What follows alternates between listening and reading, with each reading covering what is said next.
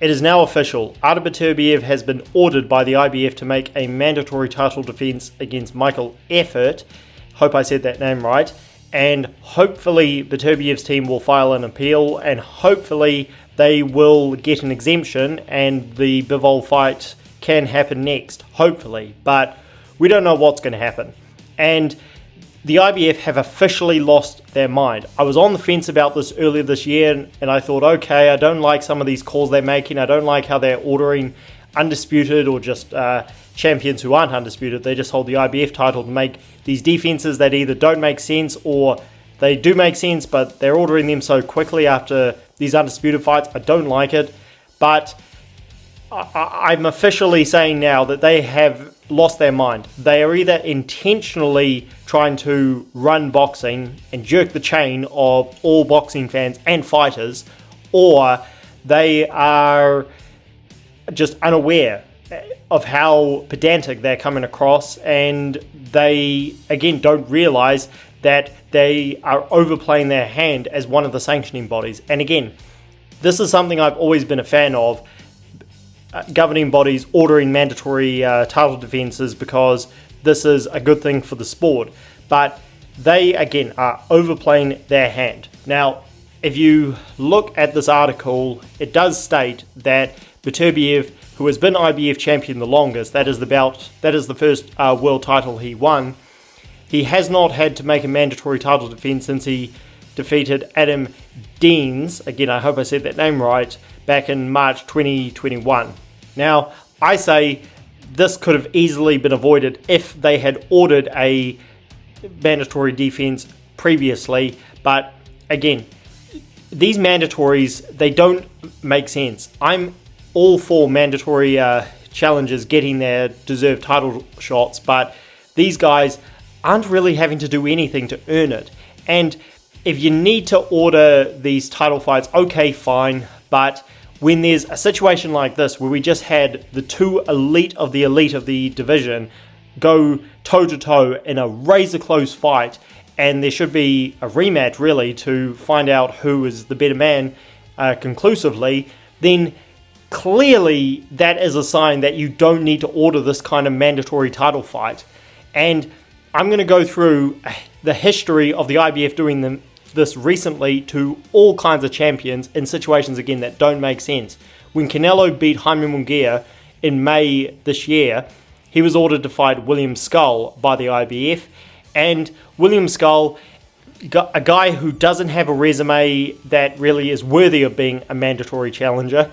If you need to order that, okay, fine, but this was a case where David Benavidez should have been ordered, and because Benavidez was the WBC mandatory challenger and the WBC worked for Canelo Alvarez, the IBF, he's not the IBS challenger, so they weren't going to order it.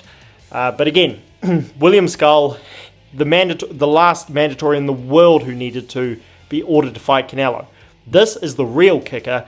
Alexander Usyk defeated Tyson Fury, and within a few weeks his team had to file an exemption to try and keep his IBF title, because within days, less than a week, I cannot believe I'm saying that, but it's true, the IBF ordered him to fight his mandatory. And understandably, Usyk's team were incensed by it, thinking, what? I just won all the world titles and you're saying I need to either give this one up or make a mandatory title defense when I have an ordered rematch to stick to?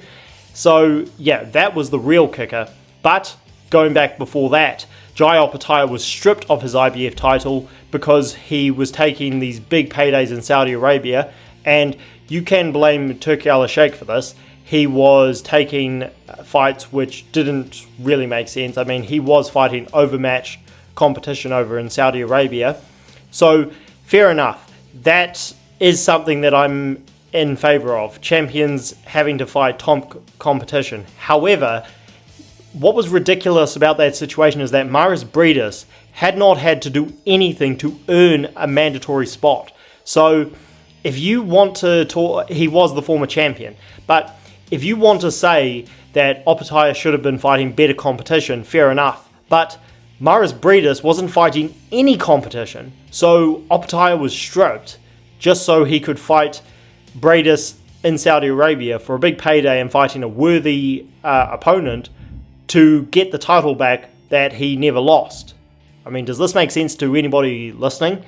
And years ago, Canelo Alvarez defeated Danny Jacobs in not an undisputed fight, but a unification at middleweight. And this was back in 2019. They fought in May. And people, again, may not remember this. There were talks of Canelo Alvarez fighting Dmitry in an undisputed middleweight fight. And that would have been huge. I would have loved to have seen that. And I remember tearing my hair out when I heard this news. The IBF, as you can see here, on May 16th, so less than 2 weeks after the fight, ordered Canelo to fight their mandatory Sergey Derevyanchenko, who had done nothing dramatic to earn a mandatory spot since losing to Danny Jacobs. I mean, it's just ridiculous. First of all, these fighters are getting their IBF mandatory spots when they're not having to do anything major to earn it. That is a problem. Fighters should have to earn these mandatory spots. Again, you've got guys like William Skull having to do next to nothing to earn the shot and just fight can after can after can. Then you've got guys like Maris Breidis, who was a former champion, and Derevyanchenko, who wasn't a former champion. He just fought for the IBF title against Danny Jacobs. And these guys, they don't have to do anything big to earn their mandatory spot. I mean, going back to another example, Kubrat Pulev, he was the IBF mandatory when he fought Vladimir Klitschko back in 2014. Then he ended up fighting Anthony Joshua in 2020 because he was the IBF mandatory. And he had been the IBF mandatory for a few years, that entire time actually. But he pulled out of the first Joshua fight back in 2017.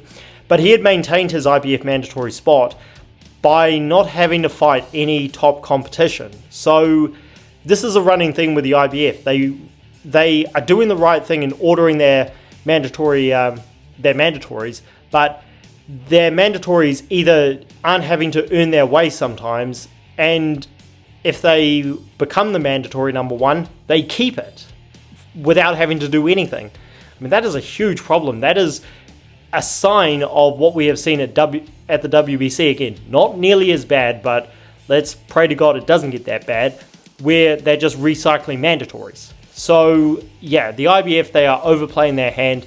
At least have these top contenders have to fight each other to earn that spot, and don't have guys keep their number one spot after one title fight, have them re-earn it. And this is the major one.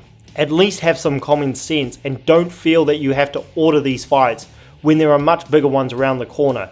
They are not helping boxing at this stage, they are hurting it. And yeah, this is just more of what we've always heard about in boxing, what we've always been talking about, which is sanctioning bodies hurting the sport.